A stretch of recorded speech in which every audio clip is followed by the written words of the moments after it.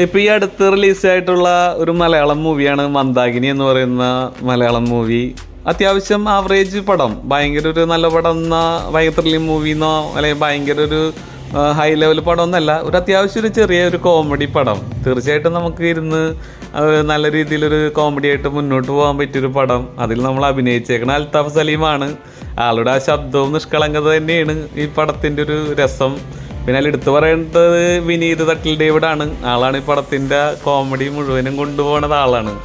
അപ്പോൾ അങ്ങനെ പിന്നെ ജാഫ്രിഡിക്ക് ഏകദേശം കുറച്ച് നേരം ഉള്ളൂ, എങ്കിലും ജാഫ്രിഡിക്കിൻ്റെ ആ ഒരു അഭിനയം വളരെ നല്ല രീതിയിലായിരുന്നു. പടം മൊത്തത്തിൽ ഒരു കോമഡി മൂവി വെച്ചിട്ടുണ്ടെങ്കിൽ പെണ്ണ് കിട്ടാതെ പെട്ടെന്ന് നല്ലൊരു സൗന്ദര്യമുള്ള പെണ്ണിനെ കെട്ടണതും, പിന്നെ അവള് കൂട്ടുകാരനെ വെച്ച മദ്യം അവളെടുത്ത് കുടിക്കണതും, അത് സംബന്ധമായിട്ടുള്ള അവളുടെ ആ പെർഫോമൻസൊക്കെയാണ് പടത്തിനെ മുന്നോട്ട് കൊണ്ടുപോകുന്നത്.